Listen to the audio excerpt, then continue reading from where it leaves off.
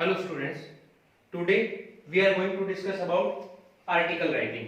Article writing, article लिखते समय, लेख लिखते समय हमें किन किन बातों का ध्यान रखना पड़ता है वो मैं आपको बता रहा हूँ। सबसे पहले आर्टिकल हम सबसे लिखेंगे तो सबसे पहले हमें आर्टिकल का टाइटल लिखना है, टाइटल। और टाइटल लिखने के बाद हम आर्टिकल लिखने वाले का नाम लिखते हैं बाई लगाकर। नंबर 1 क्या करेंगे, आर्टिकल का टाइटल लिखेंगे और टाइटल लिखने के बाद बाई लगाकर लिखने वाले का, राइटर का नाम लिखेंगे और उसके बाद उसकी मेन बॉडी लिखेंगे, मुख्य भाग लिखेंगे। जो बात जिस टॉपिक पे हमें लिखना है वो चीज यहां पे लिखेंगे। अब मेन बॉडी लिखते समय हमें फिर 3 बातों का ध्यान रखना पड़ता है। मेन बॉडी में क्या लिखेंगे, पहला जो है वो सबसे पहले हम जिस भी टॉपिक पर लिख रहे हैं उसका हम इंट्रोडक्शन लिखेंगे। इंट्रोडक्शन मींस उसके बारे में हम उसका परिचय देंगे। वो चीज क्या, कोई स्कीम के बारे में लिख रहे हैं तो स्कीम बताएंगे, किसी अन्य टॉपिक पे लिख रहे हैं तो उसका हम इंट्रोडक्शन देंगे। और उसके बाद नंबर 2 उसका डिस्क्रिप्शन, उसका वर्णन करेंगे जिस टॉपिक पे हम लिख रहे हैं। और नंबर 3 इसमें क्या होगा, कंक्लूजन। अब जो भी हम वो आर्टिकल लिखेंगे उसको हम 3 पैराग्राफ में बांटेंगे। 3 पैराग्राफ में बांटेंगे। पहला तो हम उस टॉपिक पर जिस पर बात करेंगे उसका इंट्रोडक्शन देंगे। नंबर 2 उसका डिस्क्रिप्शन होगा नंबर 2 पैराग्राफ में। और नंबर 3 में उसका क्या होगा, कंक्लूजन होगा, उसकी अच्छी या बुरी बातें, उसके बारे में निष्कर्ष, वो इसमें तीसरे पैराग्राफ में होगा। टाइटल लिखेंगे सबसे पहले, फिर बाई लिखेंगे। बाई, मान लो यू आर राकेश तो आप लिख दोगे बाई राकेश। और सीधा ही आ गया write an article on, topic दे दिया, नाम नहीं दिया तो टॉपिक का तो टाइटल तो ऊपर हो ही जाएगा, नाम नहीं दिया तो भाई XYZ लिख देंगे। और वही मेन बॉडी में इंट्रोडक्शन, डिस्क्रिप्शन और कंक्लूजन। अब एक सिंपल सा टॉपिक लेते हैं अपन जिसके ऊपर आर्टिकल लिख रहे हैं। ऐसा टॉपिक है जो आपको आ रहा है, आपने पहले से याद किया भी है, पर थोड़ा सा स्टैंडर्ड से, लैंग्वेज थोड़ी सी, ऐसे नहीं कि लैंग्वेज हार्ड होना ही एक अच्छा आर्टिकल साबित होता है। लैंग्वेज हार्ड होना कोई जरूरी नहीं है। लैंग्वेज अट्रैक्टिव हो, आकर्षित करने वाली हो, अच्छी हो, और थोड़ा सा मैंने जैसे बताया इंट्रोडक्शन हो, उसका डिस्क्रिप्शन हो, और फिर 3rd पैराग्राफ में क्या हो, उसका कंक्लूजन हो। जैसे एक सिंपल सा टॉपिक है, my best teacher, my favourite teacher, ये ले लेते हैं। माय बेस्ट टीचर, इस पे हमें आर्टिकल लिखना है। मान लो क्वेश्चन आ गया, you are Ravi, write an article on my best teacher. तो लिखने वाला कौन हो गया, रवि। तो बाई लगाया और आपने यहां पे लिखा। अब आर्टिकल जब लिखते हैं ना तो कोई कोटेशन वगैरह हमें किसी राइटर की याद है या अपनी खुद की तरफ से लिख सकते हैं, या कोई सेइंग या प्रोवर्ब है जो लाइन अच्छी लगे वो हम स्टार्टिंग में इसमें लिख सकते हैं। जैसे टैगोर की लाइनें हैं वो मैं यहां पे लिख रहा हूं।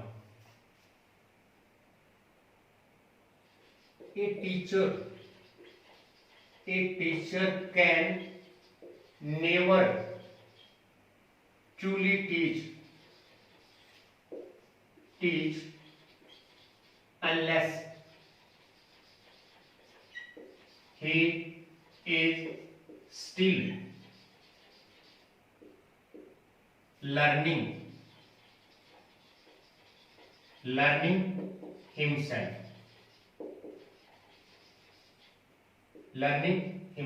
किसने लिखी है, आरएन टैगोर। ये हमने आगे उसका नाम लिख दिया। और ऐसी लाइनों को हम इन्वर्टेड कॉमास में बंद कर देते हैं। ये कोटेशन हो गई। A teacher can never truly teach unless he is still learning himself. एक टीचर कभी सही मायने में पढ़ा नहीं सकता जब तक कि वह खुद नहीं पढ़ रहा हो। ऐसा किसने कहा है, टैगोर ने कहा है। अब देखो मैंने आपको बताया था कि मेन बॉडी जो लिखेंगे अपन ने ये तो लिख ही दिया, टाइटल हो गया, राइटर्स नेम हो गया। अब अपन ने मेन बॉडी स्टार्ट करनी है, और स्टार्ट करनी है तो सबसे पहले उसमें क्या लिखेंगे, इंट्रोडक्शन। और इंट्रोडक्शन में सीधा ये नहीं कहेंगे कि he is my best teacher, ऐसे तुरंत उस पे नहीं आ जाएंगे। पहले टीचर के बारे में थोड़ा सा हम बताएंगे। यहाँ पे फर्स्ट पैराग्राफ और पैराग्राफ इसमें लिखते हैं तो स्टार्टिंग की थोड़ा सा हिस्सा छोड़कर उसके बाद लिखते हैं the whole system of education revolves around the teacher. He is spiritual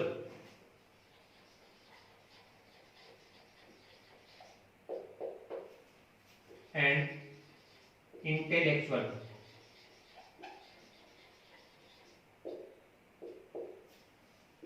Father of the students.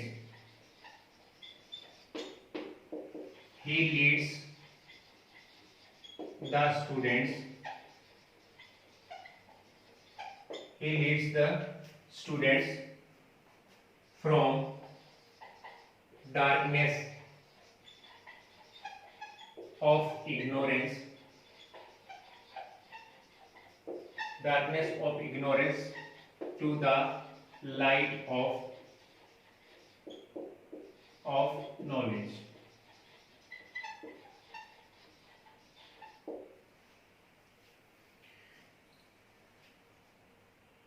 He is maker of man and maker of society. देखो ये हमने इंट्रोडक्शन लिख दिया. क्या है इसमें? The whole system of education revolves around the teacher. Education का पूरा सिस्टम जो है वो टीचर के इर्द गिर्द घूमता है. He is spiritual and intellectual father of the student. Spiritual आध्यात्मिक, इंटेलेक्चुअल बौद्धिक, father of the students, students का फादर होता है. ही लीड्स द स्टूडेंट्स, वो ले जाता है विद्यार्थियों को from darkness of ignorance to the light of knowledge, अज्ञानता के अंधेरे से ज्ञान के प्रकाश की ओर. He is maker of man and maker of society. Second paragraph में क्या करना है? डिस्क्रिप्शन. हमें बताना है कौन हमारा बेस्ट टीचर है, क्या क्या उसकी क्वालिटीज हैं, ये सब इसमें बताना है. कोई पैरा चेंज करना है थोड़ा आगे से. A good teacher is known for his dress, behavior and speed of work.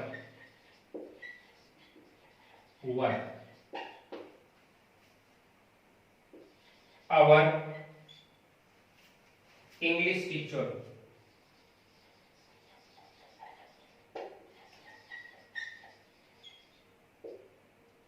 possess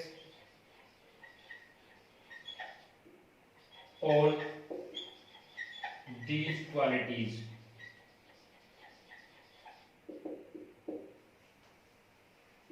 He wears neat, clean and sober clothes.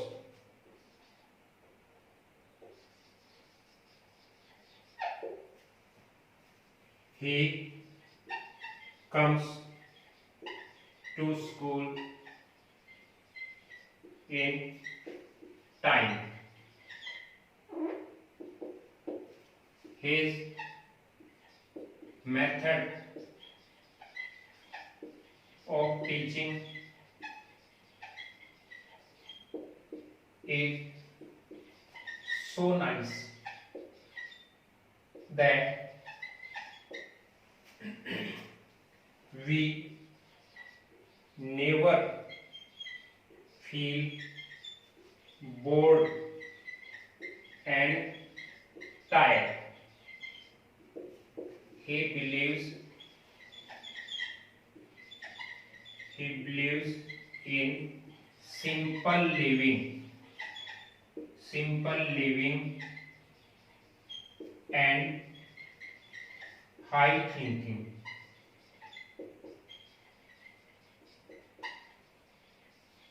देखो इसमें लाइनें अकॉर्डिंग टू क्वेश्चन आप और भी बढ़ा सकते हो, इसमें और बहुत सारी लाइंस आप लिख सकते हो।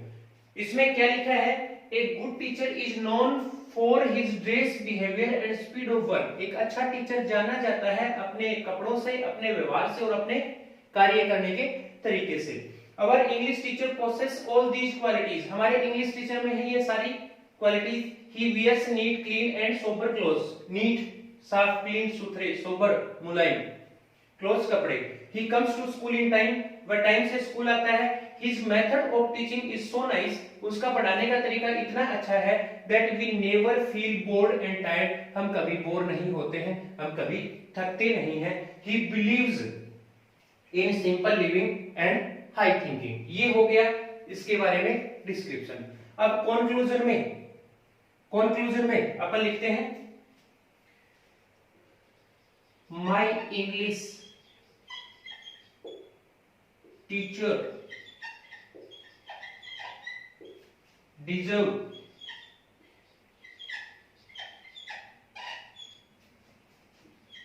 all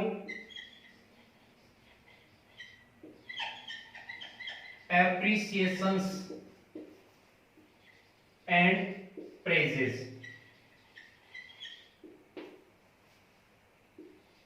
All the students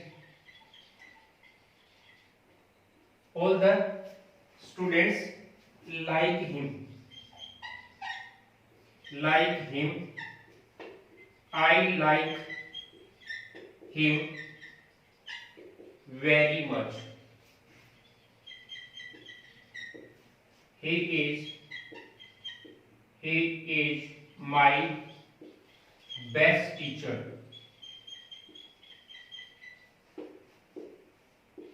May he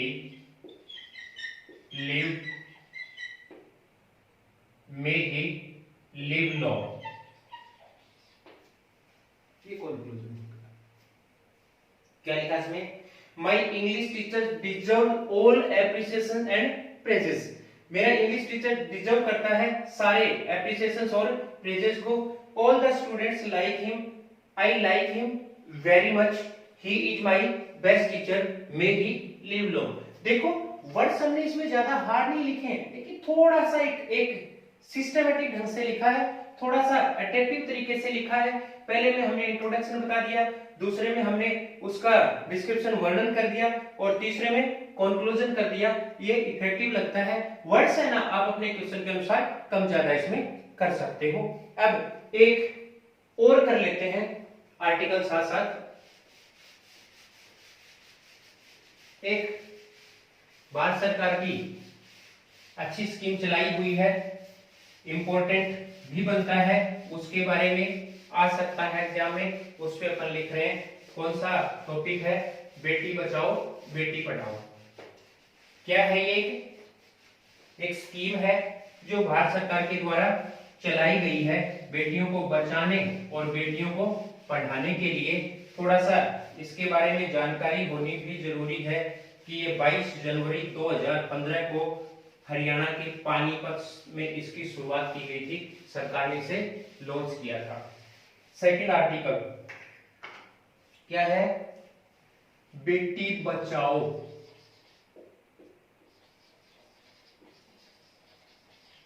Beti Padhao.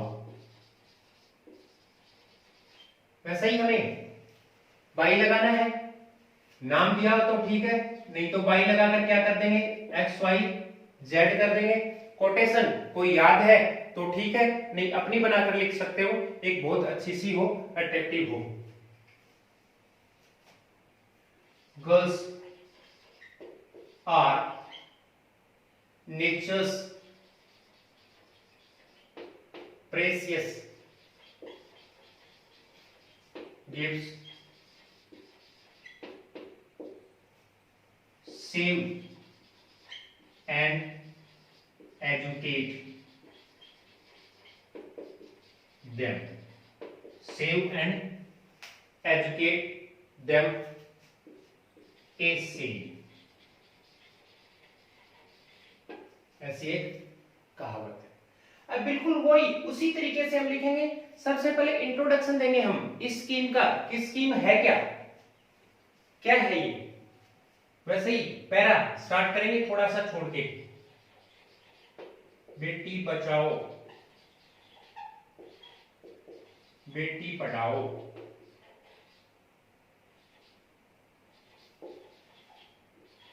is a scheme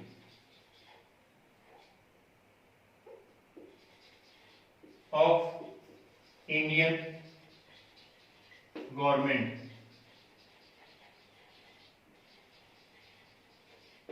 to educate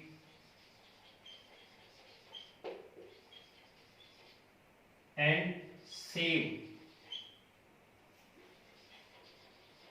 girl child. This scheme was launched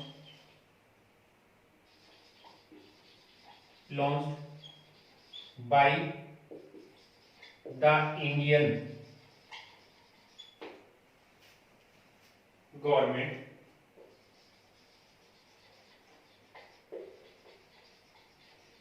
on January 22, 2015, जनवरी 22, 2015 को इन पानीपत हरियाणा। ये देखो स्कीम के बारे में हमने बता दिया। स्कीम क्या है? बेटी बचाओ बेटी पढ़ाओ is a scheme of Indian government to educate and save girl child. This scheme was launched by the Indian government on January 22, 2015 in Panipat Haryana. Haryana के पानीपत से इसको लॉन्च किया गया था, इसकी स्टार्टिंग हुई थी। अब ये तो हमने इंट्रोडक्शन दे दिया, अब इसका वही डिस्क्रिप्शन करना है हमें। देखो पैरा चेंज करके, this scheme was very necessary. This scheme was very necessary to aware people about the safety of women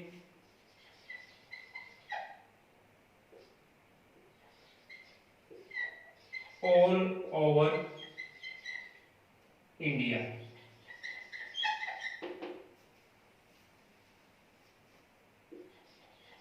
It also makes a call to people to eradicate female foeticide.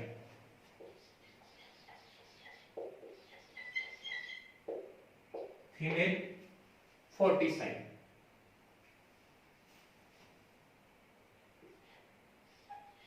It makes people aware of the importance of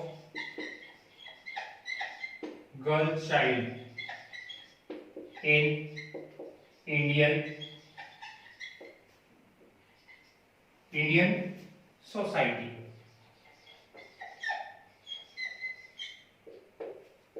In India, people think that girls are like burdens. however it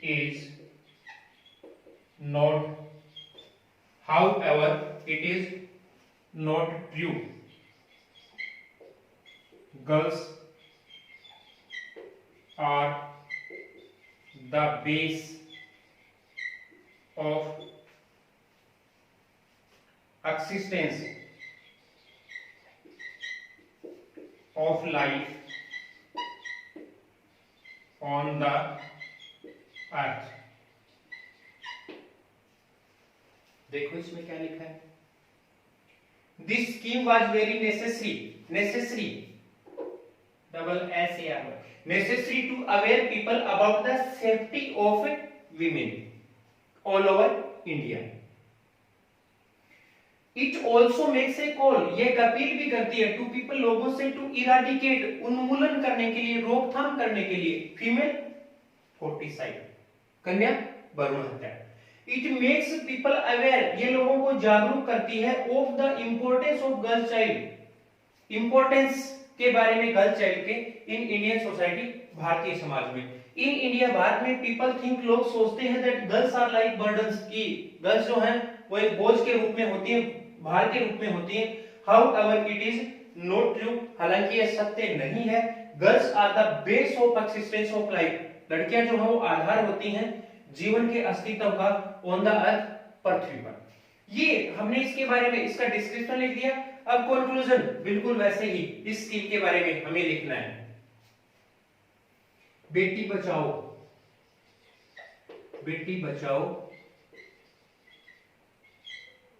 Beti Padhao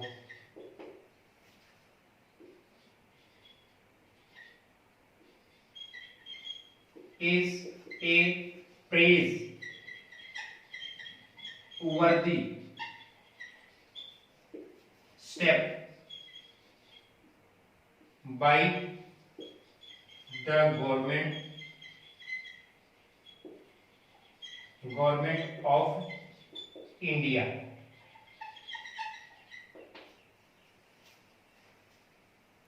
So we should ensure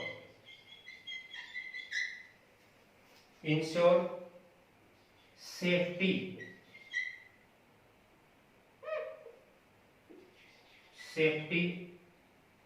of girl child as well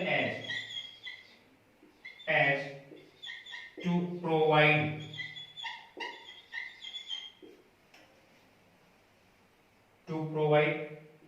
quality education